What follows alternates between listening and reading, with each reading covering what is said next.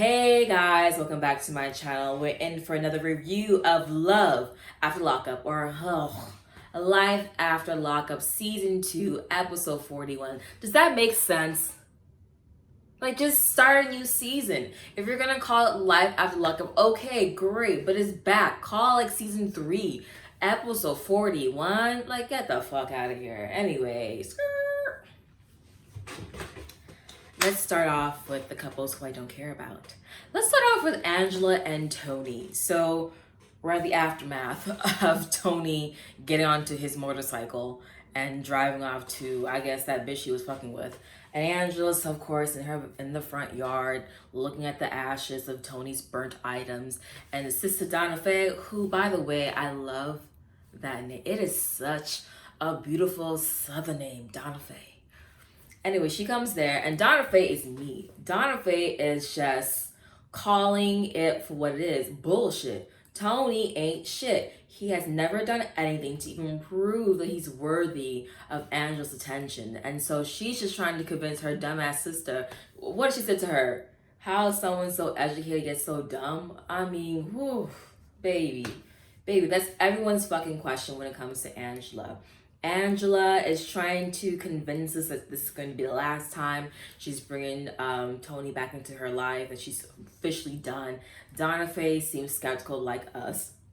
And there are moments where I too am just not, I'm not convinced. But then Tony does come back after Donna Faye warned Angela not to take him back. And Tony is sitting like, Angela, where am I supposed to go? My parole is here. Which, by the way, I am worried about that. Like, that is his parole. Like, can he apply to have a place elsewhere? Like, where is he gonna go? Is he gonna go back to like the halfway house?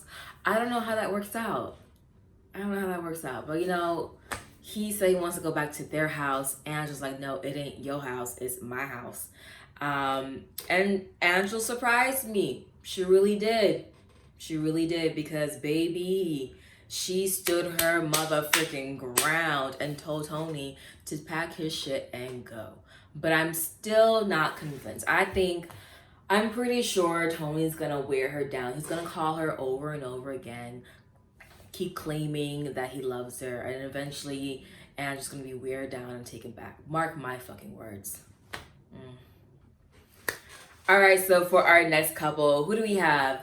Let's go with Marcelino and Brittany. Now, I will admit, I didn't think that Marcelino and Brittany would have an interesting storyline this season, because to me, at first, it just seemed like they're going to focus on them raising their kids, which I thought boring.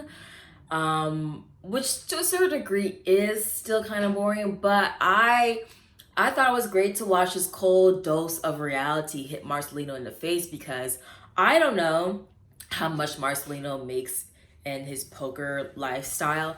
I don't think it's a lot, because I don't know, just because you don't have flashy cars and a flashy house doesn't mean that you're not rich. He might be more practical with his money, but it seems to me that he's only able to afford the lifestyle that he lived with Brittany and the baby and Giovanni, which is them.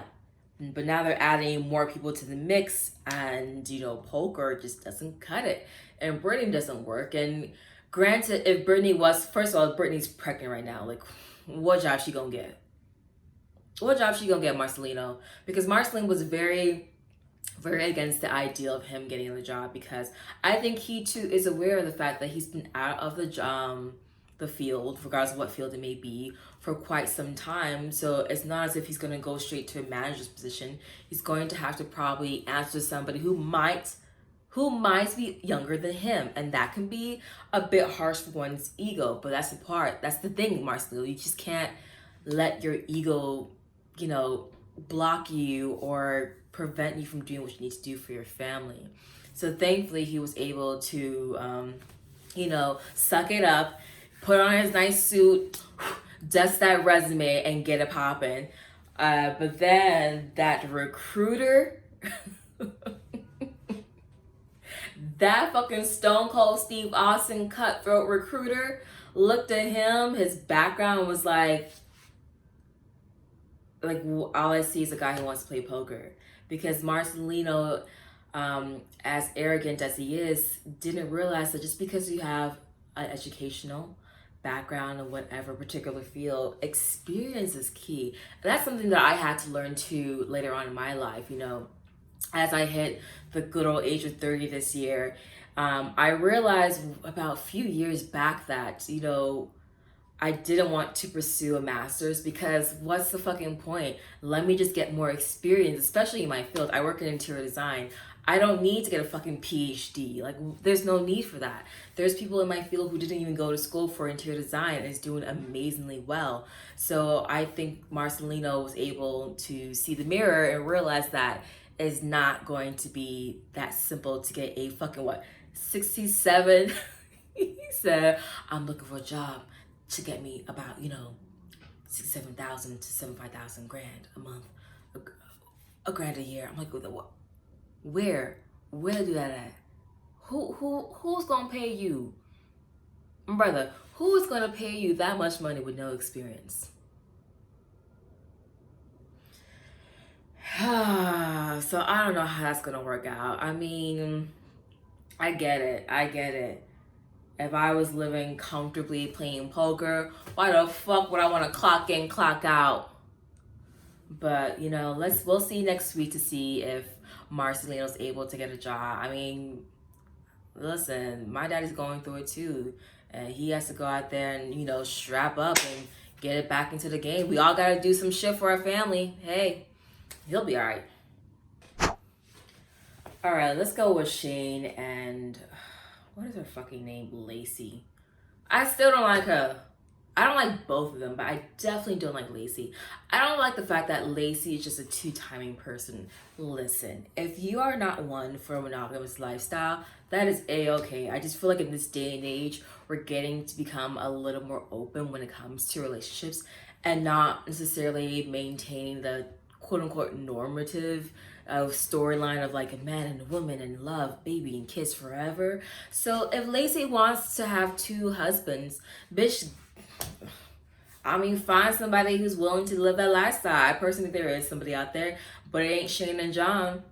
It's not Shane and John. So Lacey's still talking to John, and in this episode, she revealed to her father about her communication with John. The daddy, Lacey's dad, is like, listen, you just got married. You want to start off on a good note. Be honest, which sounds like very reliable advice to me.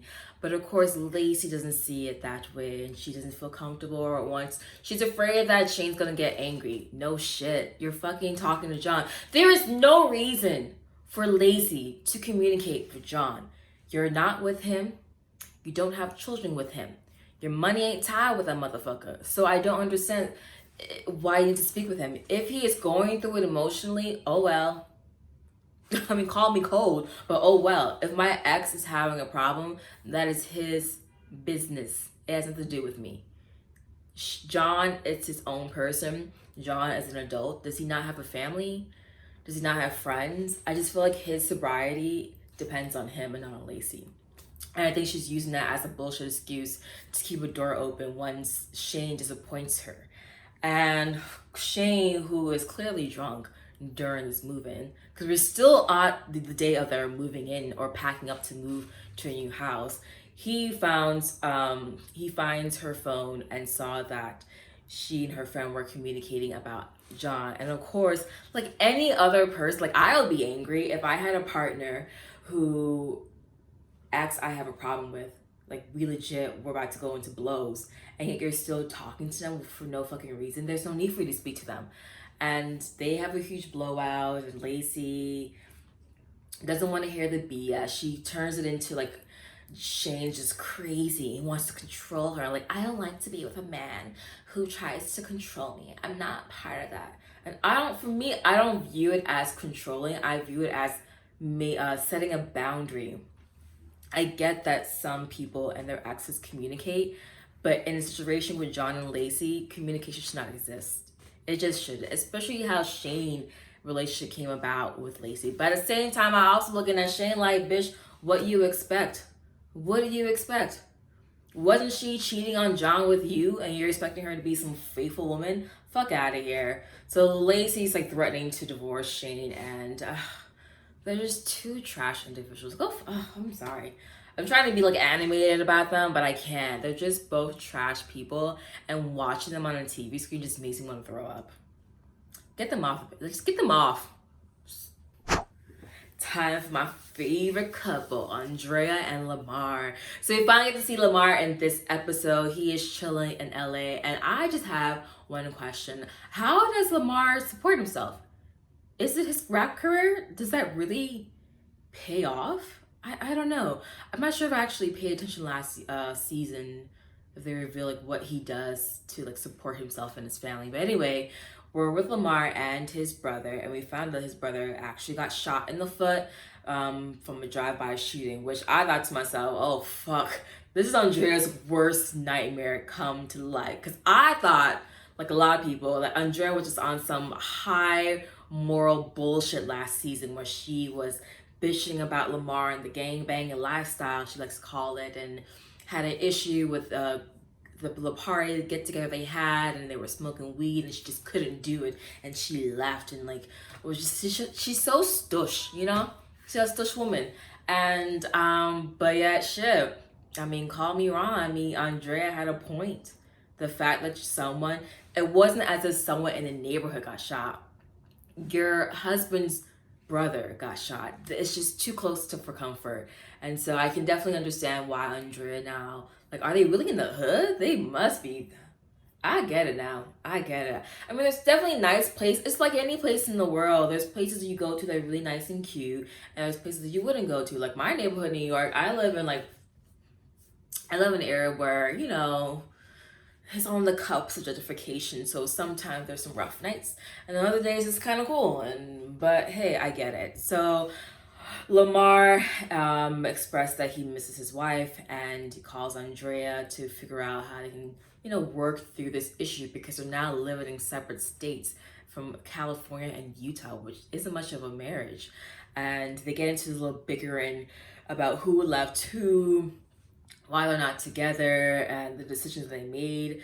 And I personally think they need to go to marriage counseling, in my opinion, because that, I feel for both of them. I understand Andrea's point, especially after her fucking brother-in-law got shot in the foot. I understand her concern for her kid's safety, because she did uproot her children from Utah, the place they probably know most of their lives, and then brought them to LA, were a little more chaotic. And I can understand wanting that, you know, safety for your children, a little more calm breathing. I mean, Andrea's boring. Andrea's a boring woman. She and her friends knit together and do arts and crafts. That's like fun for them.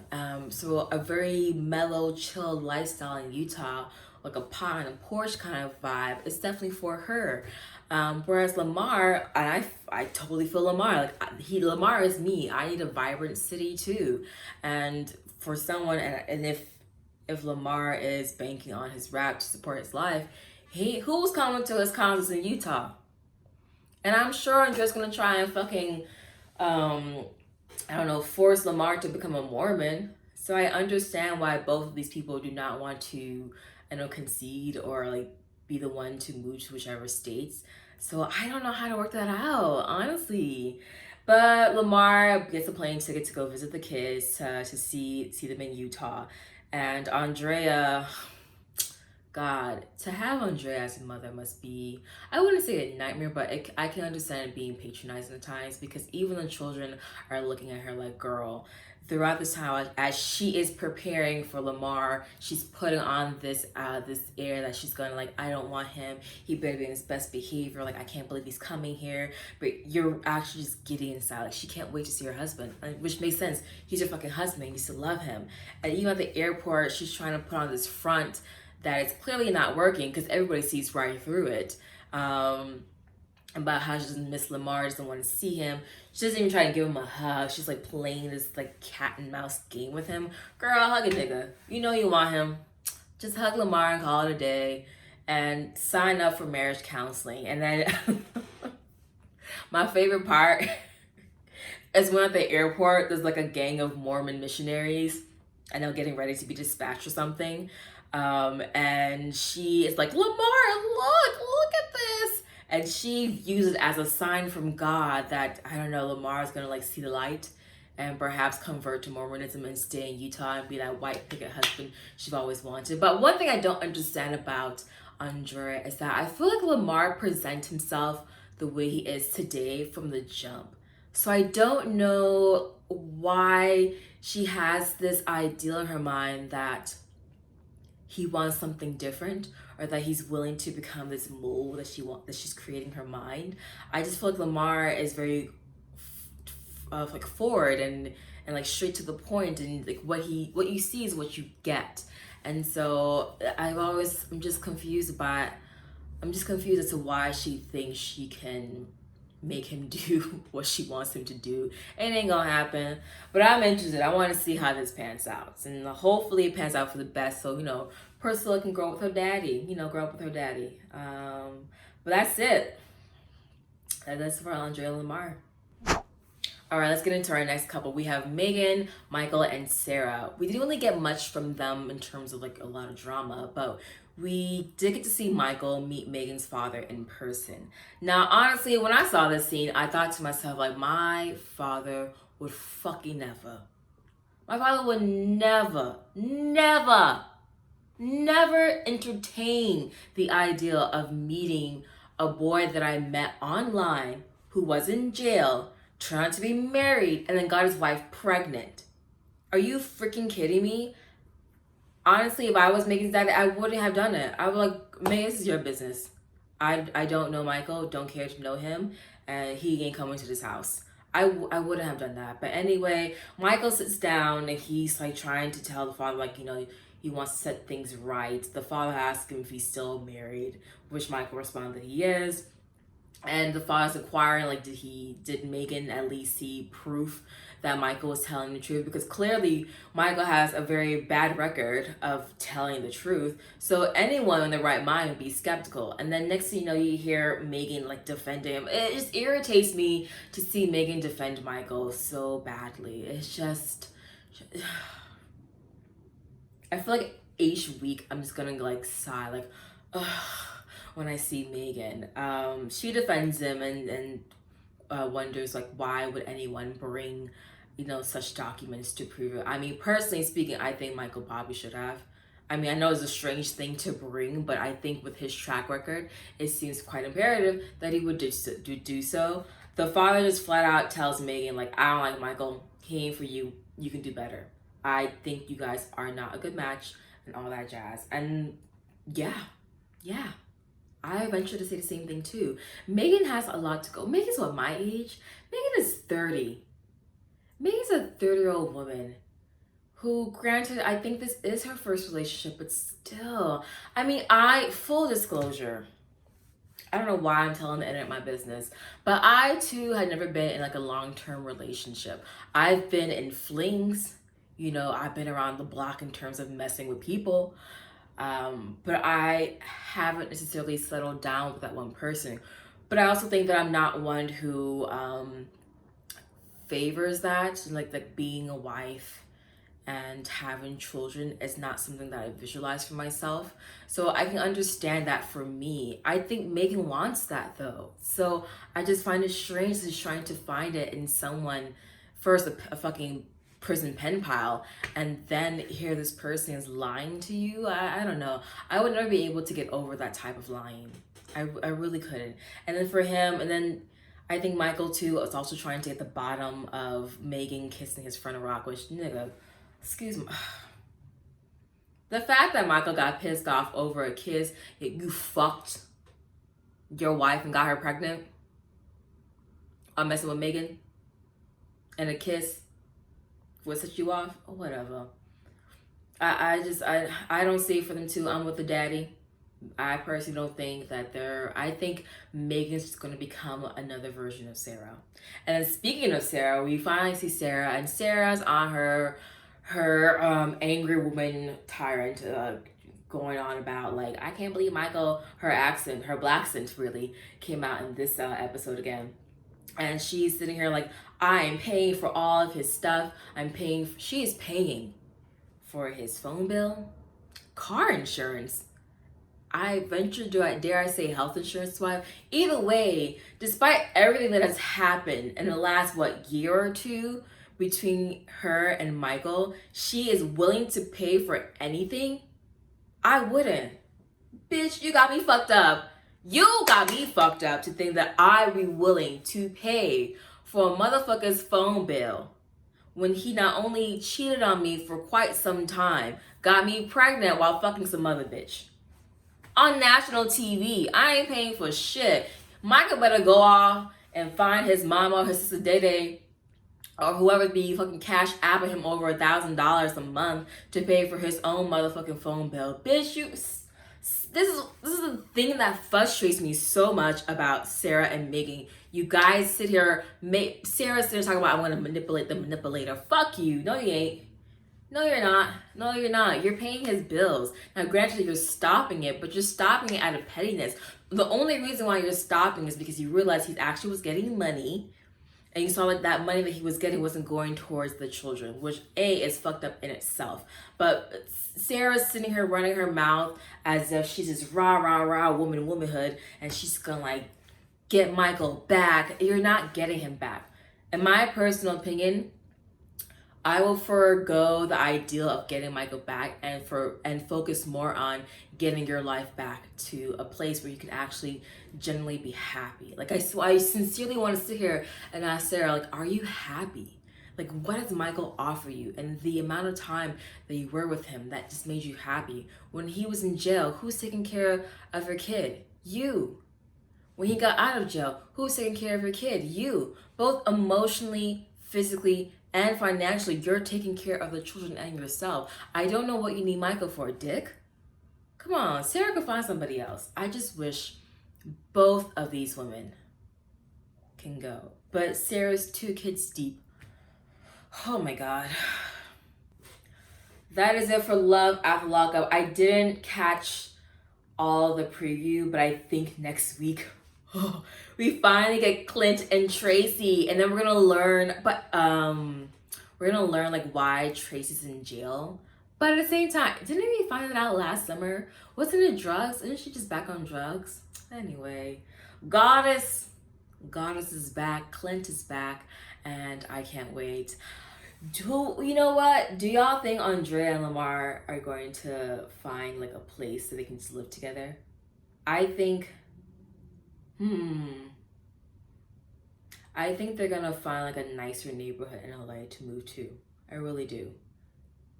Michael, Sarah, and whatever the fuck Megan's gonna get pregnant. I don't know. What a hot mess that is. Tony and Angela, girl. Tony's just gonna, you know what Tony's gonna do? I think Tony is going to somehow convince Angela to put his name on her bank account. He's gonna bleed her dry or something. And then who else is left? Marcelina and Brittany, they're gonna be all right. They're on a TV show. That's some money coming in. I guess. But anyway, tell me your thoughts, your comments. How do you feel about this season? Are you liking it? Is it to your delight? And are we going to get Cheryl and Josh? I hope not. Kat. I hope not. Well, that's my cue to go. Thanks for watching. Bye.